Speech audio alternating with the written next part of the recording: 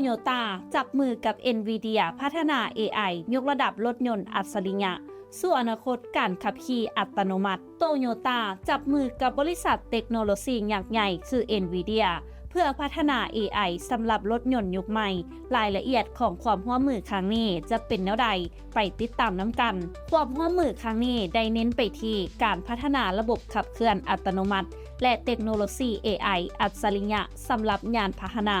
ซึ่งโตโยต้าจะนำใช้ซูเปอร์คอมพิวเตอร์ AI ของ NVIDIA มาใช้ในการพัฒนารถยนต์ให้มีประสิทธิภาพสูงขึ้นทั้งในด้านความปลอดภัยและความสะดวกสบายหนึ่งในจุดเด่นสำคัญของการร่วมมือครั้งนี้คือการนำใช้ AI เพื่อปรับปรุงระบบขับเคลื่อนอัตโนมัติโดยจะช่วยให้รถสามารถรับรู้สภาพแวดล้อมรอบตัว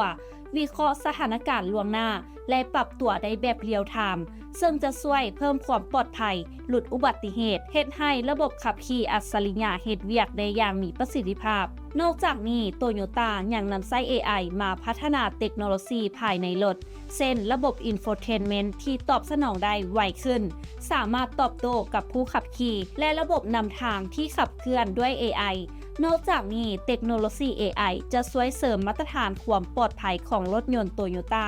ด้วยระบบวิเคราะห์พฤติกรรมผู้ขับขี่ระบบกวดจับสิ่งกีดขวางและระบบเตือนภัยล่วงหน้าในขณะเดียวกัน AI ยังถูกนำใช้เพื่อลดการปล่อยคาร์บอนที่เป็นมิตรต่อสิ่งแวดล้อมหลายขึ้นความร่วมมือครั้งนี้ถือเป็นก้าวสำคัญของอุตสาหกรรมรถที่กำลังก้าวเข้าสู่ยุคของการขับขี่อัตโนมัติแบบเต็มรูปแบบและระบบเชื่อมต่ออัจฉริยะท่านคิดเห็นใดกับการร่วมมือครั้งนี้ร่วมแสดงความคิดเห็นกันเข้ามาได้นำอบธรรมวงศ์รายงานและท้ายนี้ต้องขอบใจสำหรับการติดตามข่าวสารจากทางไทยเก็ตเมกาซีนและอย่าลืมไปกดไลค์กดแชร์กดติดตามกด Subscribe ทุกช่องทางออนไลน์ของพวกเขาเพื่อจะบ่พลาดข่าวสารดีๆจากทางไทยเก็ตเมกาซีน